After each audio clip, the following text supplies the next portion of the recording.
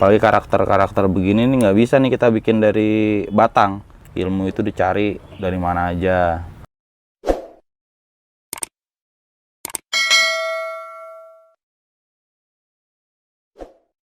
Assalamualaikum warahmatullahi wabarakatuh. Berjumpa lagi di channel Ambung Bonsai. Kali ini saya akan mengajak kalian ke tempat Bang Zo kembali. Simak videonya kawan. Nih lagi ngerapiin pohon nih ya, yang asalnya dari akar-akaran kemarin. Limbah-limbah akar. Kudu sering di pruning supaya rapet daunnya. Kalau enggak ntar dia tambah tumbuh subur, malah jaraknya jauh-jauh, susah rapet. Jadi kalau pohon udah di pot-pot kecil, ya hidup tapi jangan sampai subur banget sampai daunnya gede-gede lagi. Tuh. Ini udah tahapan keberapa? Wah kalau kayak gini-gini mah nggak sampai rapi dia tahapannya. Ya ini yang buat teman-teman ngopi itu. Asal ya ada yang bilang asal rimbun lah ya, buat nyeneng-nyenengin aja daripada bahan kebuang kan lumayan tuh. Apalagi karakter-karakter begini nih nggak bisa nih kita bikin dari batang, bisanya dari akar. Soalnya akar kan lebih fleksibel ya, lebih enak ditekuk gitu tuh. Kudu ditancepin begini.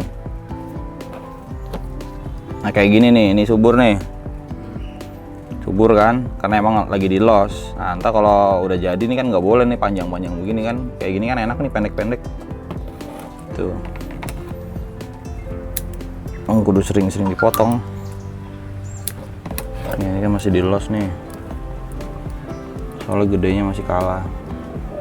Ntar yang diambil paling segini doang nih tuh. Dan ini masih bingung ya, maksudnya bimbang nih gayanya kan seperti apa, kan bisa ngarah ke sini biangnya atau bisa ngarah ke sini, karena namanya pohon kan dia masih gerak. Kadang kita kalau buat saya pribadi perlu juga adanya pembiaran gitu loh, supaya alam yang kerja, jangan murni dari kitanya gitu. Jadi kadang-kadang ada bahan-bahan yang nggak perlu serius-serius kita harus konsep gitu, nggak perlu.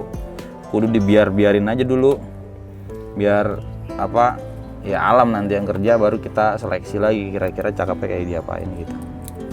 Setelah kalau main kecil-kecil gini, bagusnya medianya pakai itu moss, akar kadaka. Ini kan pakai pasir Malang nih, dia kurang bisa padat dalamnya, airnya sering layu kalau kita telat nyiram. Tapi yang pakai akar kadaka seger terus dia lebih banyak nampung air. Kalau udah nggak bisa dibentuk dengan kawat yang udah kita pasang, berarti kalah gede. Kudu diganti yang agak gedean. Iya.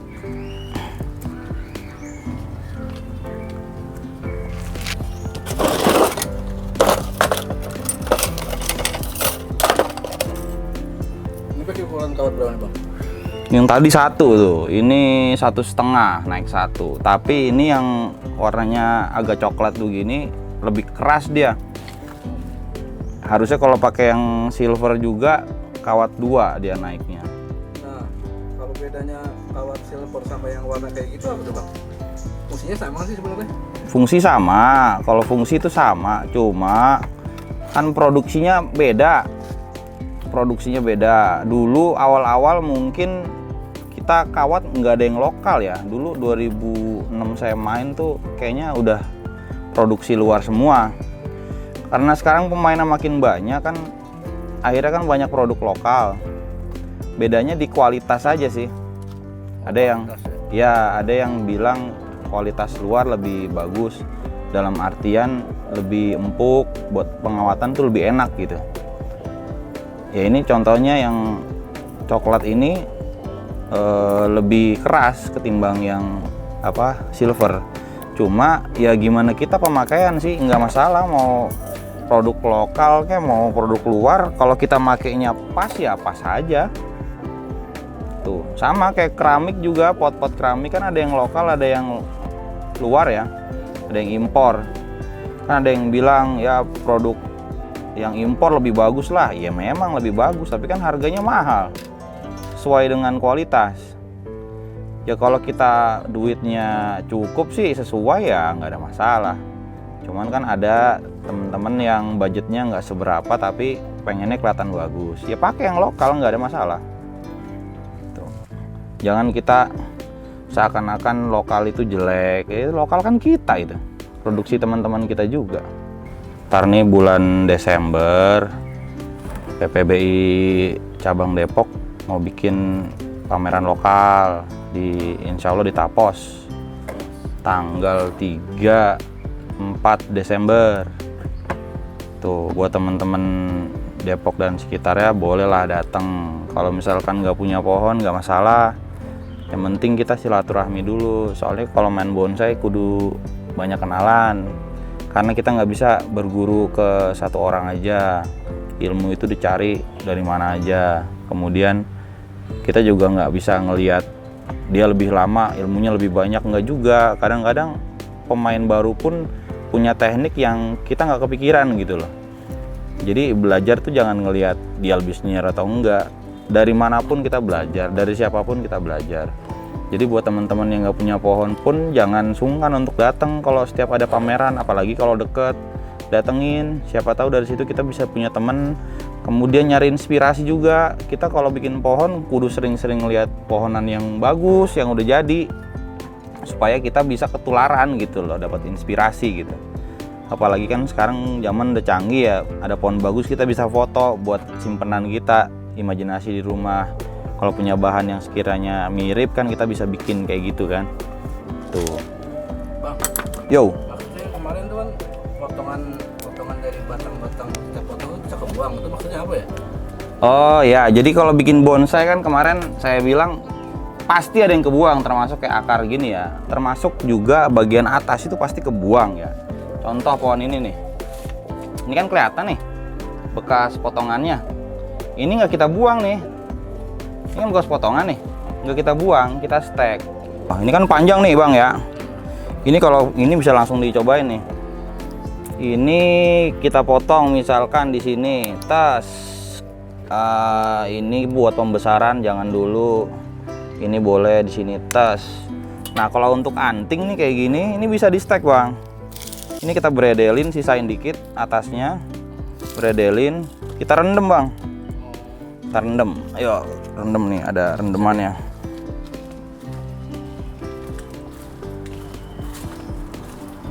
Ini rendemannya bang.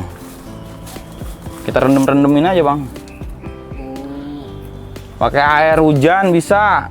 Ada yang pakai B1 bisa, B1 Vitani mereknya. Nah ini yang udah jadi nih bang. Ini yang udah pada berakar lah istilahnya ya. Saya nggak bisa bilang semuanya pasti hidup nih, tapi ini udah berakar tuh. Ini kan bisa buat bahan kita nih. Ini yang saya bilang kebuang tapi nggak kita buang gitu loh. Tuh berakar. Ini nanti biasanya kalau stek airan dari anting itu apa namanya, kakinya muter bang. Ya kayak cangkokan gitu. Cangkokan. Nah ini kan ini bekas dibuang-buang nih bang atasnya bang. Ini kan tadinya lurus pohonnya, terus kita potong kan, kita ambil tunas barunya. Ini wajib pasti kita proses, dalam proses bonsai pasti kita lakukan gitu loh. Gede juga buangannya ya? Pertama pasti gede, ini kayak gini juga. Ini kan tadinya lurus nih bang. Ini lurus. Nah kita lihat bahan yang lebih ini lagi, lebih kelihatan lagi. Kayak ini baru pisan ini. Ini sama satu lagi nanti di atas nih. Ini kan waktu, nah ini nih hasil-hasil biasanya dari cangkokan, kalau nggak dari stek air nih. Kaki udah muter begini, ya kan. Terus kalau kita ukurannya sudah kita pikir udah cukup gitu ya, kita cangkok nih bang di sini. Kalau ukuran segede gini biasanya saya cangkok. Kita cangkok, kalau udah panen kita potong, baru kita proses lagi. Dan ini pasti kita lakukan bang, pasti kita lakuin. Biar nanti ada tahapan lah ya. Tirus gitu, jadi mengecil gitu. Kadang kan ada kalau ada pertanyaan misalkan bonsai itu apa sih? Tanaman yang dikerdilkan gitu. Mungkin secara bahasa kurang pas ya. Lebih cocok mungkin kita bikin miniatur pohon besar gitu. Kalau kita ke mall kan suka ada tuh miniatur rumah. Nah, ini kita bikin miniatur pohon gitu. Jadi pohon yang seharusnya secara umur mah dia nggak tua, tapi kelihatan tua banget gitu. Proses kan bisa 5-10 tahun. Nah, kalau pohon-pohon segede-gede gini kan bisa puluhan tahun. Tapi gimana caranya tuh pohon yang 5-10 tahun tadi seakan-akan udah puluhan tahun gitu loh. Nah, ini contoh satu. Ini ada lagi. Ini juga kemarin tinggi nih, Bang. Nih, pohon ini kemarin tinggi, kita potong. Kayak gitu. Ini juga nih nanti dipotong nih, Bang. Ini kita los namanya nih. Kenapa harus di los? Ini beringin lokal Benjamina. Kenapa kita harus los nih ini? Supaya bengkak, Bang. Kalau pohon udah dipotong, dia nanti nyabang nih. Ini nyabang namanya kan. Ketika udah mecah, udah nyabang, dia akan lambat. Kalau dilosin begini, dia akan lebih cepat besar. Kenapa harus dilos? Ukurannya agar bisa proporsional gitu, seimbang. Tuh. Ini juga kemarin habis kita potong nih. Tuh. Nah, ini teman-teman kalau ada yang rawat anting putih terus layu begini, nggak usah khawatir. Yang penting kita tetap rajin nyiram dan dijemur. Jadi nanti ada masanya ini rontok terus tumbuh tunas baru. Gitu kan, kadang ada yang layu begini malah diteduhin. Itu malah khawatir mati karena nanti busuk karena diteduhin. Dia butuh panas itu nanti. Itu. Terus nah, ini contoh yang masih mentah nih, Bang. Ini kan masih mentah-mentah nih. Masih bahan-bahan mentah, masih lurus kan. Nah, ini kelihatan nih bekas potongannya. Nah, ini nih yang saya bilang potongan-potongan yang nggak sayang untuk dibuang gitu loh. Kita proses lagi, yaitu dengan stek. Potong semua, Bang. Jadi kalau proses itu dari bawah yang diambil kakinya aja sama badannya sedikit. Tuh. Atasnya nanti kita cangkok, kita tanam lagi gitu. Ini juga nih, ini masih ini nih, Bang. Nah, nih. Ini kaki kan udah lumayan tuh. Nanti ini kita cangkok. Ini belum yang belum kita cangkok nih, masih mentah gitu. Tuh, ini kan kakinya udah lumayan tuh. Nah, nanti ketika ini udah kita cangkok ya kan, ini kan kita tanam lagi. Begitu aja terus prosesnya. Nggak ada habisnya gitu loh. Makanya wajib buat temen-temen tuh belajar nyangkok, belajar nyetek itu wajib. Sayang kalau bahannya kebuang gitu loh. Tuh, ini juga sama nih. Kalau ini kimeng gabungan, Bang. Kimeng gabungan. Nah, bahannya dari mana? Bahannya dari stek, Bang. Kalau beringin itu kan kita bisa potong, kita tancepin hidup, Bang. Tuh, ini dulu dari segede-gede gini kita tancepin. Gitu. Prosesnya dari mana? Kadang kan kalau bahan masih kayak gini kan kita nggak perlu kita sering potong ya. Tapi kalau pohon yang udah dalam proses di pot, itu kan masih kita potong, kita pruning. Ya itu kita tancepin. Tuh. Tapi kalau kita belum punya bahan sama sekali, ya bahan-bahan kayak gini jadi perbanyak aja. Misalkan kita beli nih bahan begini kan. Nah, ini kan nggak perlu nih sebetulnya nih. Karena pembesaran kan ada di sini nanti. Ini nggak perlu nih. Bisa aja kita potong, kita tancap. Nah, terus teman-teman ada yang nyetek beringin, ada yang bilang kan, saya nyetek beringin nggak hidup nih. Mungkin disamain. Ada tanaman yang sukanya dia basah, ada tanaman yang sukanya dia kering. Beringin ini termasuk yang nggak terlalu suka basah, dia gampang busuk. Jadi kalau nyetek beringin bagusnya jangan basah-basah, kudu antara langsung dijemur. Jadi nyetek tapi langsung dijemur, Bang. Beringin waru tuh. Ya sebagian hidup, sebagian nggak. Kita juga jangan bisa.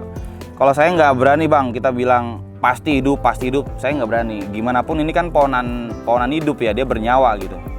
Cuma kemungkinan hidupnya lebih tinggi ketimbang kita ademin gitu loh. Kalau kita ademin malah busuk. Jadi enaknya di bonsai begitu, Bang. Nah, mungkin itu saja kawan penjelasan dari Bang Zo yang ada di labnya. Wassalamualaikum warahmatullahi wabarakatuh.